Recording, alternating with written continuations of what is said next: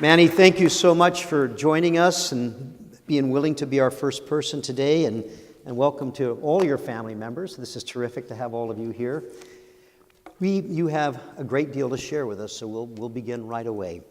You were born in Riga, Latvia in 1936, but your family's stay there, and certainly yours, was a short one before you moved to Budapest, Hungary. War began in Europe when Germany invaded Poland on September 1st, 1939, when you were just 3 years old. Let's start first with you telling us about your family and why your parents were in Budapest in the years leading up to the start of World War II and the Holocaust. My parents are both ethnically Hungarian. My mother comes from southern Hungary, which you might know better as the former Yugoslavia. My father comes from eastern Hungary, which you would know better because a very famous count comes from eastern Hungary. In Transylvania, he's called Count Dracula. They did not know each other. You told me a story your mother told along the lines of someone at some point saying, "Now you speak Yugoslavian." What's the significance of that? Well, in 1918, when the First World War came to an end, Hungary became, that part of Hungary was chopped off Hungary because it was on the losing side, and it became then the new country called Yugoslavia, which had been a kingdom before, and if you know your history, you know that it had been many countries, Serbia, Croatia, and so forth. As a matter of fact, one of our survivor volunteer friends who's here is from Serbia.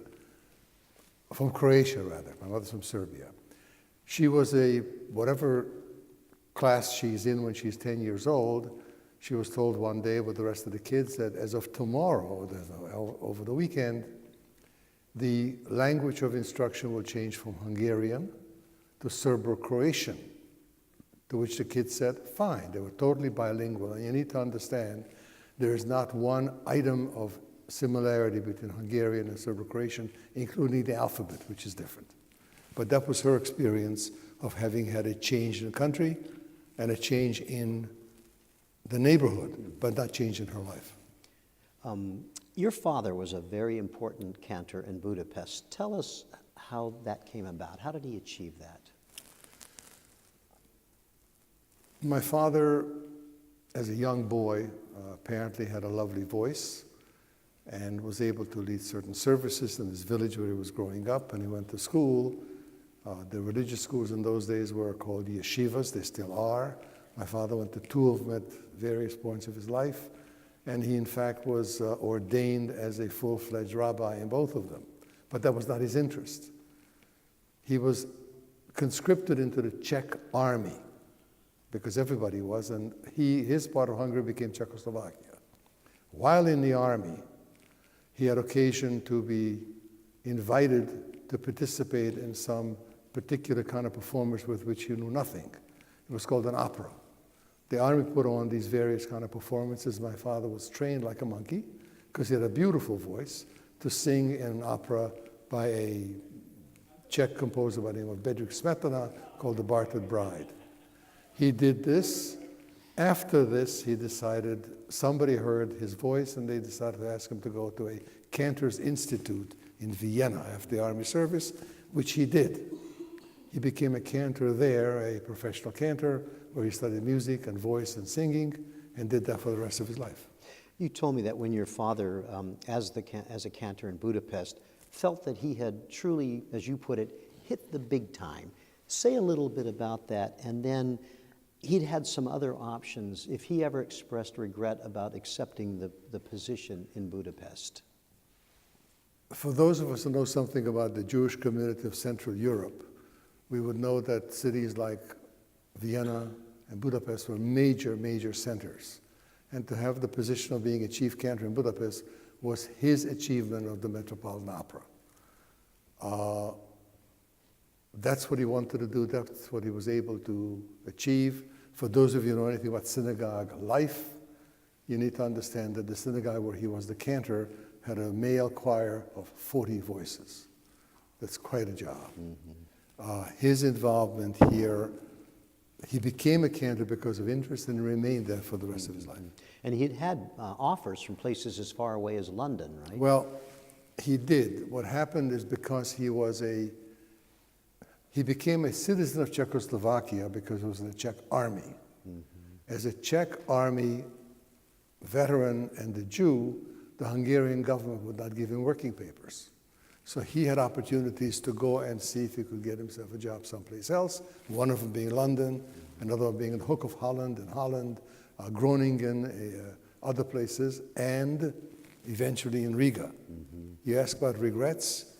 He had major regrets that he did not take a position in London. Had he done that, the family would have moved out of Hungary and would have probably survived the war. Members of the family who did not survive. Unfortunately, the synagogue that he would have had in London was bombed and destroyed, but that was during the war. His regret was that he didn't take the message that said, leave Central Europe. But that's not what he wanted to do. While the full force of the war and the Holocaust would not hit your community until 1944, there were still many difficulties once war was underway in Europe in the fall of 1939. Tell us a little about the circumstances for your family and you in the early years of the war. As I remember these things as a young child, the war was a much larger issue to us than the Holocaust, that early. As Bill just said, the Holocaust doesn't really arrive to Hungary until March the 19th, 1944. So 41, 40, 41, 42, 43, bombings every night, once or twice, various kinds of rules that were changed, which did not impact on a 6 or 7-year-old kid, but I did have to go to school with the yellow star. Those of you who have been through the museum or will be today, you'll see those yellow stars displayed. The yellow star, I thought, was a major kind of a mark of distinction. Found out it wasn't. It was a target because kids and adults and others on occasion were whacked on the head walking on a street because there was a yellow star that's licensed to whack on the head. I'm told that when I was in first grade, I think, I was walking to school and every day somebody would follow me, or almost every day.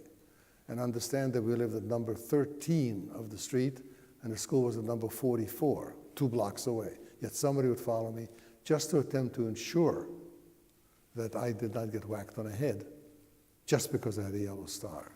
Let me add a couple of things here. As a digression, one of the times that my father was home from his duties in labor camp, I asked him if he'd be good enough to buy me a new bicycle. I had a tricycle. I was big enough to ride a small bike. He said he'd be perfectly happy to do it, but he won't. Why? Because in European cities, you live in apartment buildings. We live on the 5th floor, the top floor of a large building. And you had to go get the bike down the stairs, out to the park, ride the bike, and come back. He said that he could manage. But riding the bike with the yellow star made this a target. Again, nobody wants the bike. Nobody wants anything except to whack you on the head. Now, it didn't happen. But in order to avoid the possibility, he made certain that I didn't have the bike. I can tell you that in 1949, when we came to this country, very quickly after we settled in New York, my mother and father said, we're going to a department store.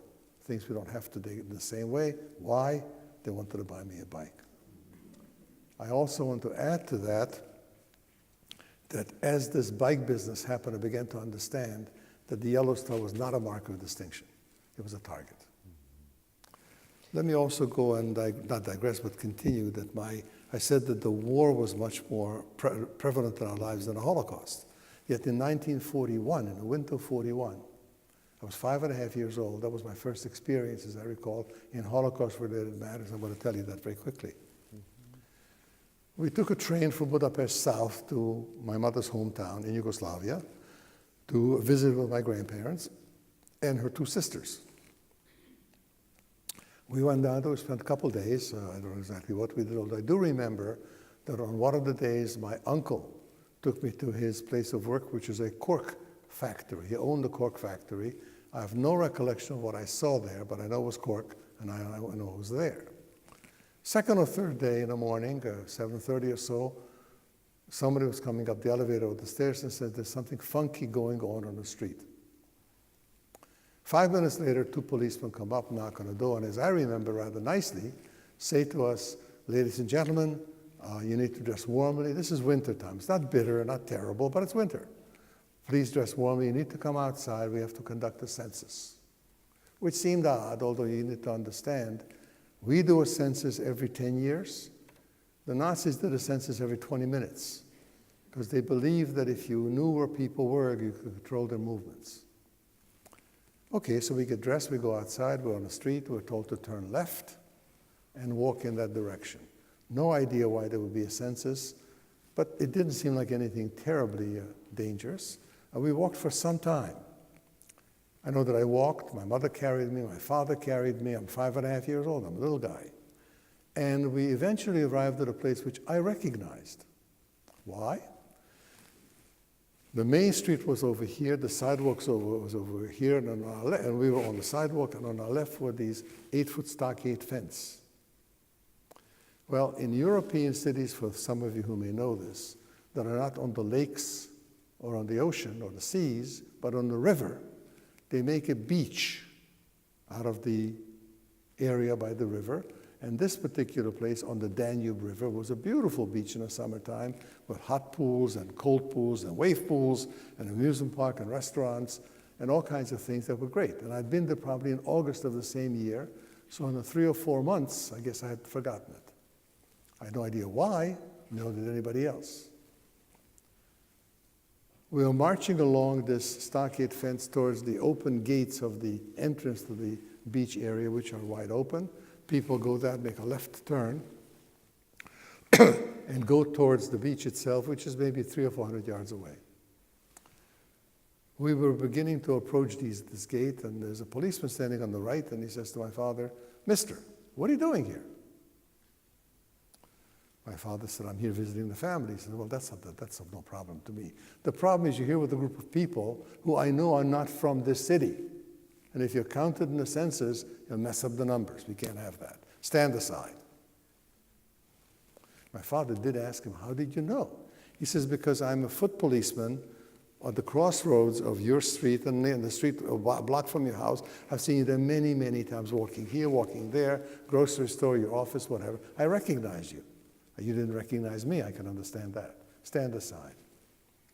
Within probably minutes of the standing aside, a staff car comes down the road, the uniformed officer comes and steps out, talks to his buddies, gets on the bullhorn and says, "Ladies and gentlemen, the requirements of the census have been met.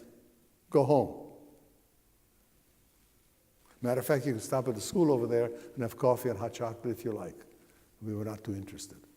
We went home directly. My father called the first cab he could hail, and then the phone calls began to come in. The first call came from my aunt. My mother had 2 sisters. We stayed in the home of one of them. The other sister calls, says, "Where were you all day?" I called. We still had phones in those days. She says she too had, at 7:30 in the morning, 2 policemen come by for a census. They asked her 3 questions, and then they left. But before they left, she offered them what my aunt would do. And I'm reminded of the fact that my aunt's son and wife were in this audience several years ago, and unfortunately he died earlier this year in Israel. But the point is that when she offered them coffee and cake, there were 17 cakes, 14 coffees, and a room full of dishes. These guys had the best possible breakfast coffee of their life. As these calls began to come in, we began to get calls explaining what happened. Some of you may know something about something called partisan activity. Partisan groups were groups that attempted to, in some way, slow down the Nazi forces. They would bomb a truck or explode a train or explode some rails or something like that to give them some kind of grief, whatever they could. Something like this happened in the general vicinity of my mother's hometown. As a retaliation for this, they marched us out to the beach, and all those people who made a left turn towards the beach itself, where the ice was 3 feet thick, had been opened by cannon fire that morning. These folks were shot in the back into the river to flow down the river to be never found or to be found when the water thawed out in March. Ladies and gentlemen, what I described to you is a razzia in Hungarian. It's a pogrom, a word that you may have heard, P-O-G-R-O-M, a pogrom, which is a senseless, purposeless, and useless exercise in saying, I can do this to you, and there's nothing you can do about it. My first experience in Holocaust. And How many were killed Over 350 Over 300. Jewish people and about 1,250 altogether. altogether? Those of you who are going to go to the museum will see the granddaddy of all pogroms of this sort. It's called the Kristallnacht, the Night of the Broken Glass, which took place in Germany. You had shared with me that the Hungarians had imposed a number of very anti-Semitic restrictions. You mentioned a moment ago that you still had a phone at that time. Tell us about some of those restrictions besides wearing the Jewish star. You know that Hungary had a relationship with the Nazi government unlike any other government with the exception of Italy. They were allies. They were allies in the First World War II, which is why Hungary lost territory and had some deficits from the war. They began to pass anti-Jewish legislation actually in the 20s, but did not enforce them significantly until the late 30s, as Bill said in the introduction, 38.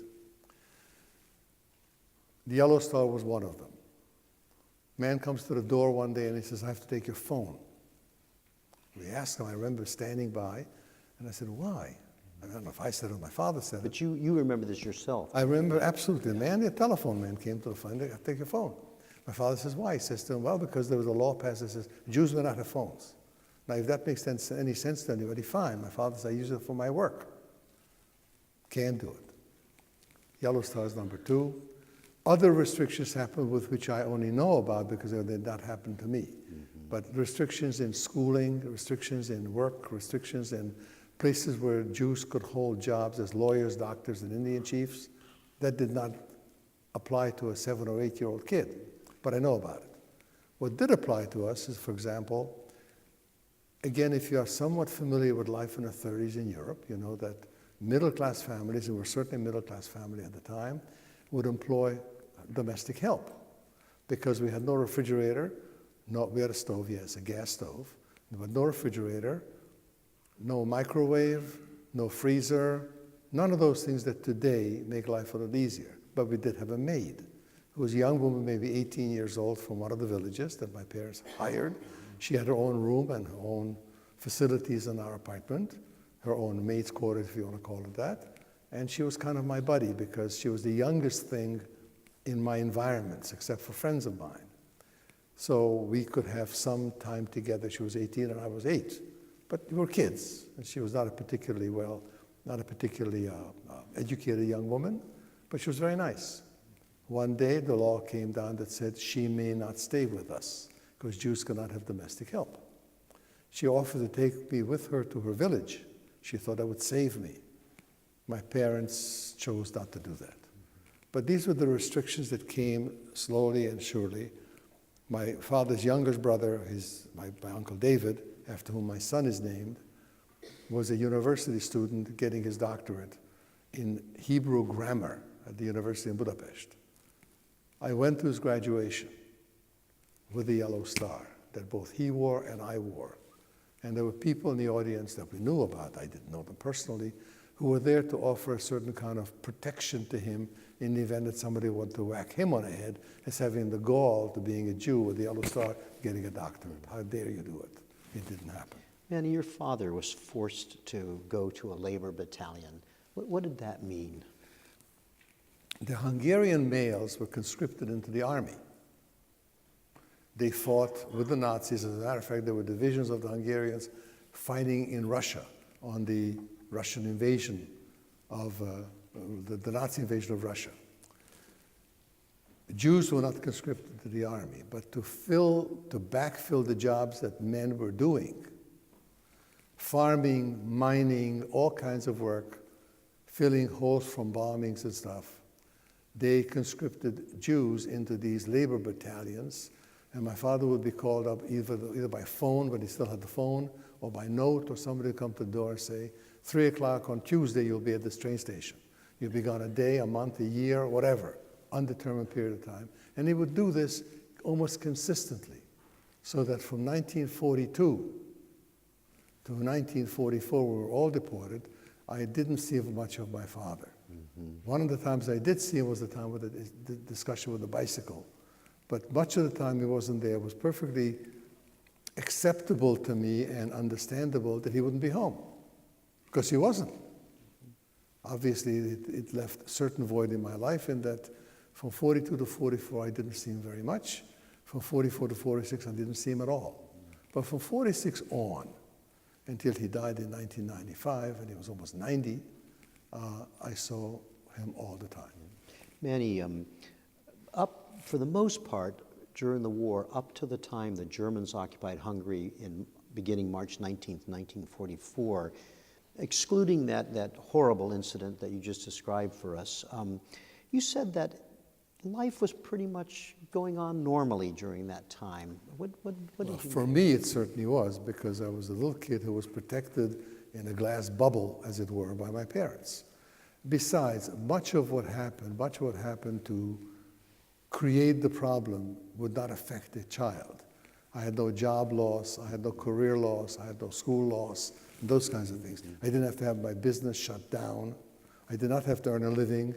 So all the things that happened to adults and were restricted by laws did not happen to me. So that the things that I saw were the eye view of a child. And that's a different line of sight than adults. And you also shared with me that besides the restrictions of the anti-Semitic laws passed, there were also the privations of war. And I think Budapest was also being bombed by the Allies. All the time. Tell us about that. Well, as I said, we had air raids twice, sometimes 3 times a night. We were bombed from one side by the Russians and from the other side by the Western Allies. And altogether, there were opportunities to be in the shelters many times, well, several times a day. Now, in some ways, that was very exciting, but what was not exciting was that when you came out of the shelter and you went to school the next morning, you didn't know whether the building next door to you was in fact destroyed with your friends in it. It didn't happen that way to me, but buildings around the corner were. The bombs came and they were devastating. Our particular building was not severely damaged throughout the war. My father, who went back to Hungary after the war, we did not, my mother and I, told us that one of the rooms had some damage from some bomb shrapnel in one of the rooms. But basically it was quite inhabitable. It was inhabitable to the point that when a ghetto was formed, which is not when I was there, 80 people lived in that apartment. So, Manny, March 19th, 1945, the Germans... 44, excuse me. The Germans occupy Hungary. Life changed dramatically from that moment on. Tell us what happened when the Germans came in. Why did they come in at that point so late in the war? In 1941, if you folks remember some of the main characters in the Nazi regime, number 2 was a man by the name of Hermann Goering, sometimes called Fat Herman. He had been a flyer in the First World War. Later on, he couldn't get into an airplane. But in the First World War, he created a beginning of an air force that became the Luftwaffe, which was a very, very feared air force in the Second World War.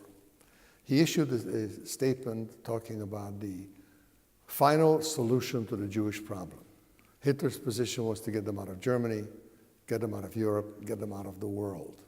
And Goering issued this statement. In 1942, in Berlin, there was a conference called the Wannsee Conference, where the actual mechanics were put into effect of the final solution. The conference was called by a man by the name of Heinrich Reinhardt, who was the head of the SS in Eastern Europe, out of Prague. He was assassinated by partisans before the end of the war. And the man appointed to make sure that all the trains ran on time was a man by the name of Adolf Eichmann, of whom you may have heard.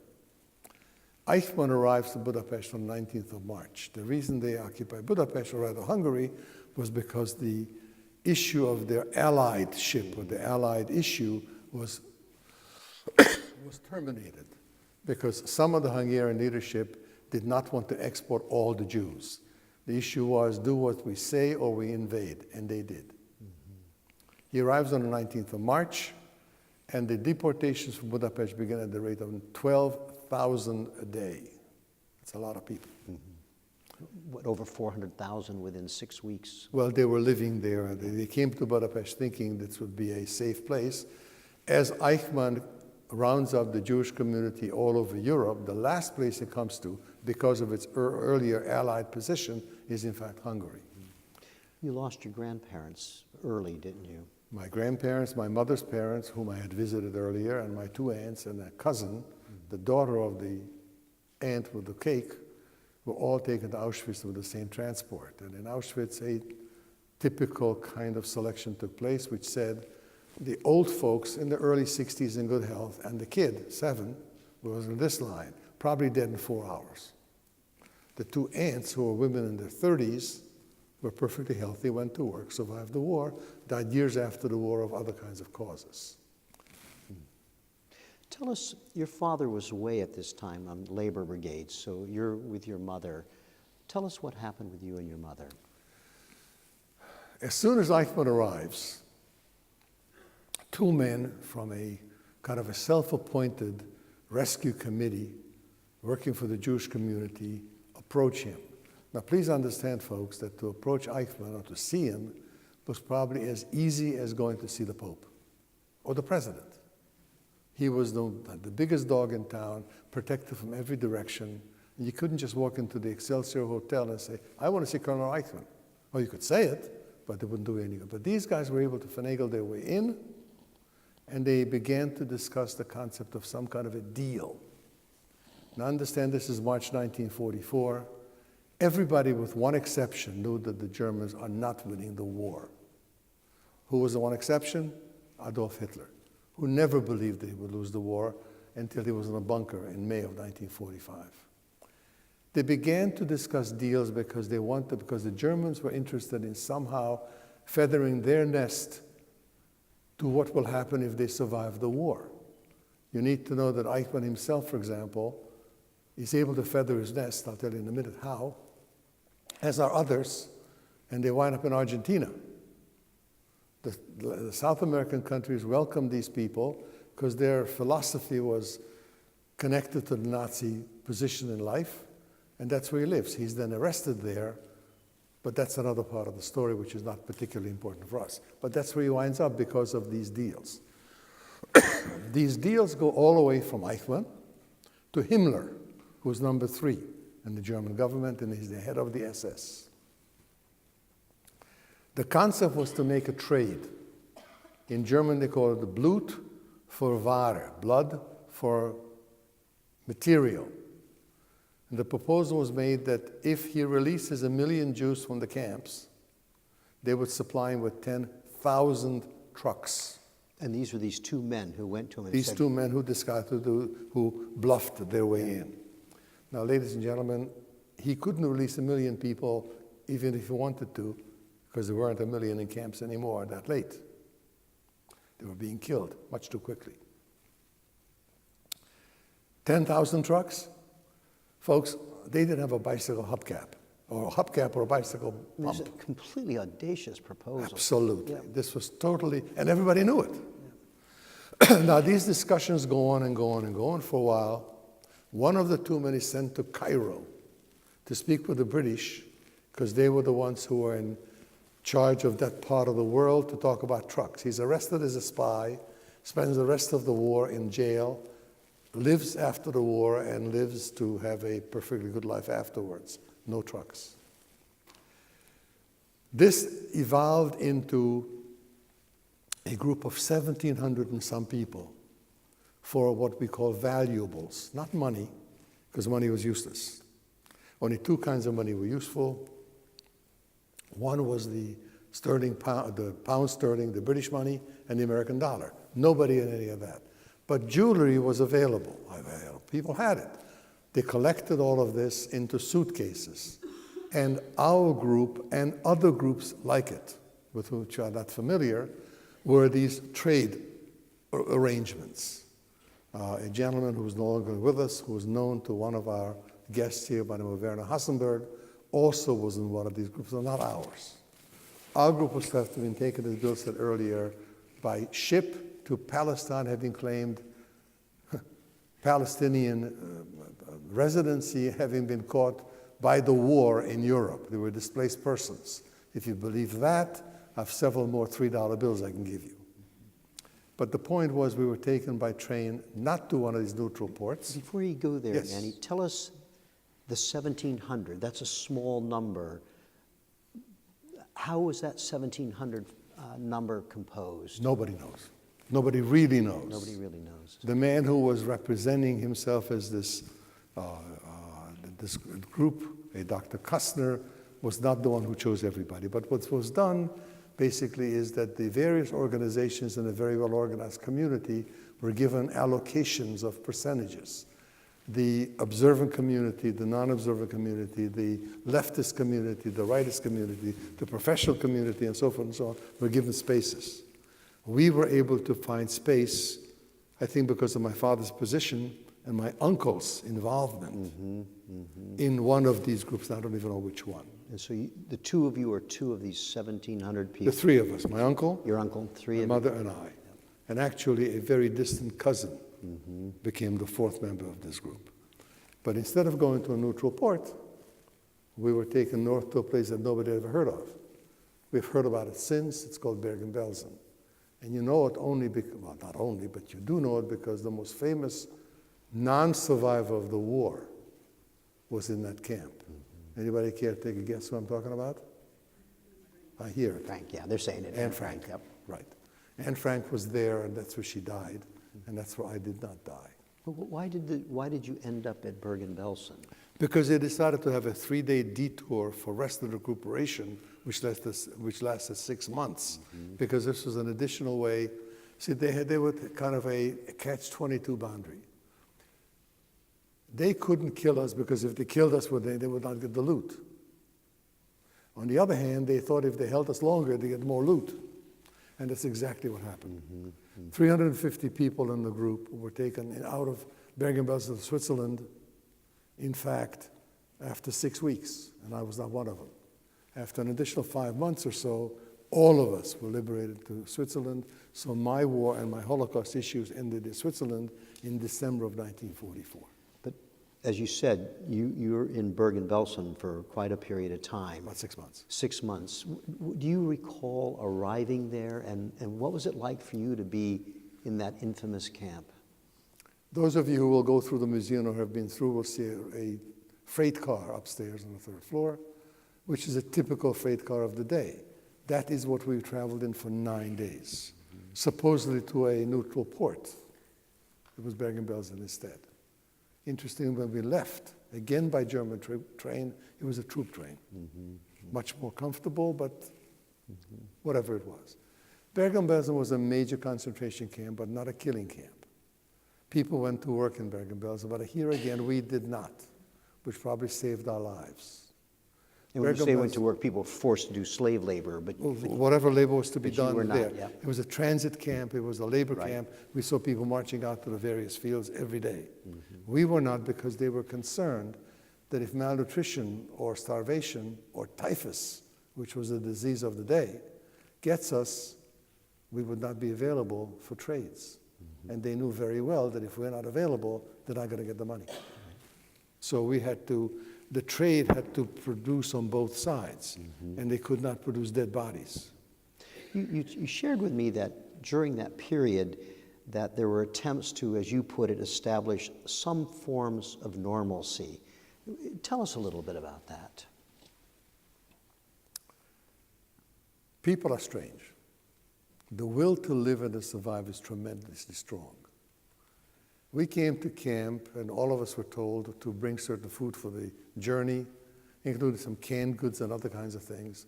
And believe it or not, within a couple of weeks that we were in camp, businesses sprung up.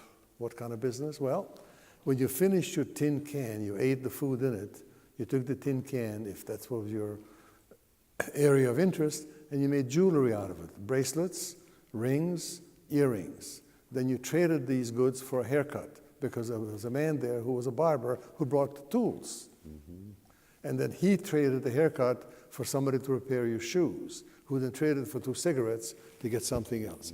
This kind of trade. We had a school, we had a synagogue, we had business going on, and I am sure that this was psychologically very helpful in letting people survive. During that time, did your mother have any contact with your father whatsoever? Did she have any idea where he was? Nope. And he had no idea where she was? He was in geographic Hungary throughout the time until we left, about 40 miles from Budapest, after which the group was moved into the Ukraine. We had, I'm sorry, we had no contact with him nor he with us. He could later on, when he was able to get back to Budapest before the end of the war, he was able to trace us because this was this special group, and he was able to trace us through the group. And my mother established contact with him through a colleague of his in Switzerland. We could talk to the colleague, he talked, not talked, but wrote to my father wrote to him, and he wrote to my mother. But that was later, as you explained. That was after after the war ended. Yep. While you were at Bergen Belsen, you got very ill. And it was actually, I think, very severe, but you were able to survive Well, that. we had about 35 doctors in the group, but they had nothing to work with. I had some kind of double or triple pneumonia, which is difficult, you only have 2 lungs. There was no treatment available, and my mother's major concern was that I would be taken into the Nazi dispensary, which they had in the camp, because she was concerned if I go there, I may never come back. Right. You know, the body is resilient. I was a child, I was a strong kid, and I was able to recover from the infection of the pneumonia. And the only thing they could do is to make me a little bit more comfortable, and this was the method of palliative medicine, which I don't know if any of you ever heard of or saw.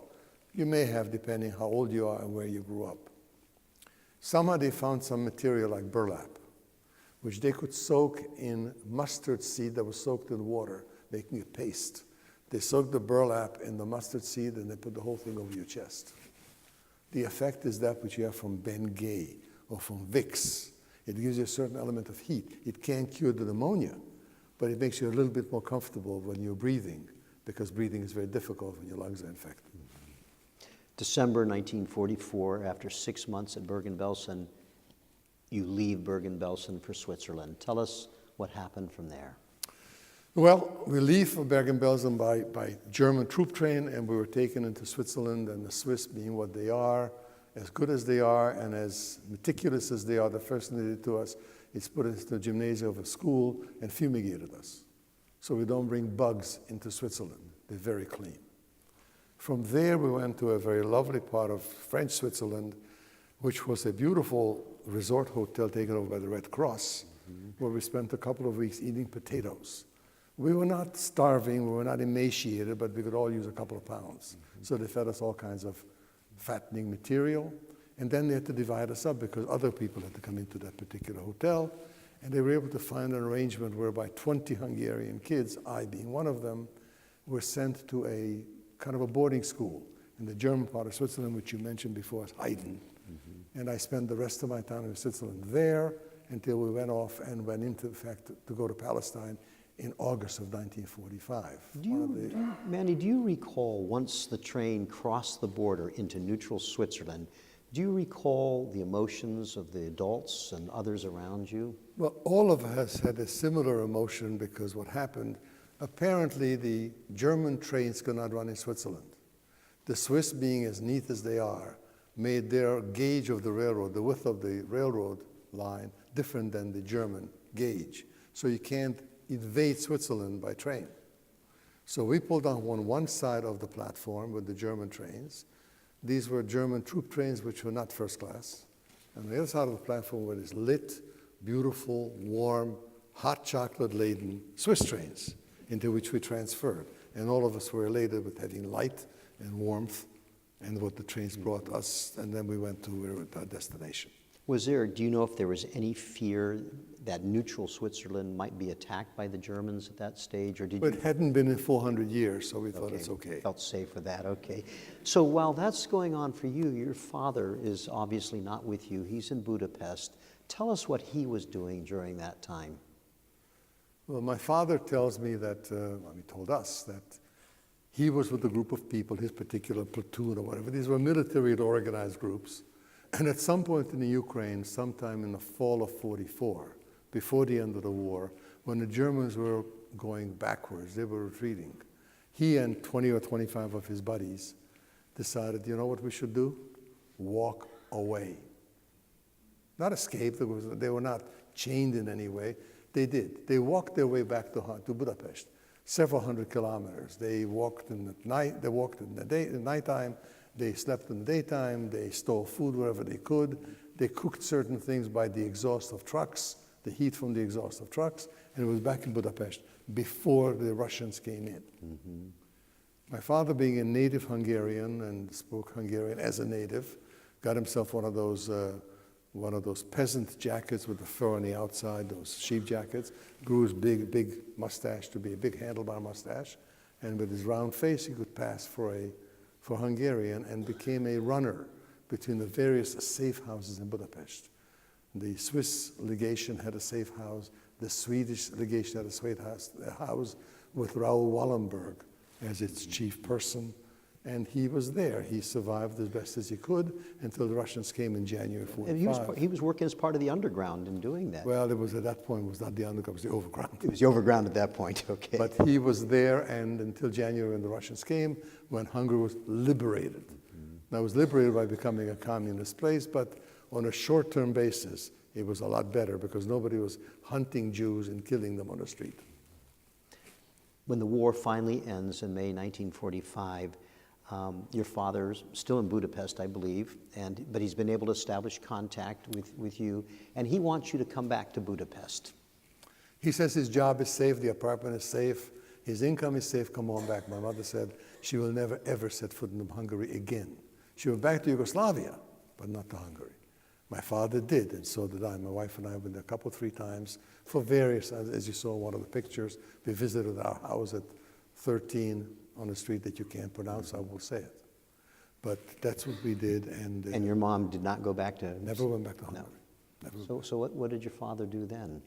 Well, my father then was involved in organizing a group of people that were going to follow us. Mm-hmm. And to make that story a little bit shorter, because it's a long story, he became part of the illegal immigration to Palestine after the British shut down the borders, and eventually got there in 1946. Just take a minute to describe how he did that. It's a pretty remarkable story. He and a group of people of Budapest essentially again marched from Hungary down to Italy. They all claimed to have been survivors of the war, and all were damaged by the war, and all were both deaf and dumb. They couldn't speak nor hear. They did this because they didn't want anybody to know that most of them did not speak the language of the country they were in, whether it's Yugoslavia or parts of Austria or parts of Italy. They got to a place in Italy, which is not far from a place that you might have heard of called Pisa. This is a tiny little village about this big called La Spezia, where the Israeli underground provided them with a boat, where 1,100 people boarded, going to sail to Palestine. They sailed in the morning, but unfortunately about 1 mile out, 2 destroyers were standing like this, British destroyers. They stopped sailing. Went back to port.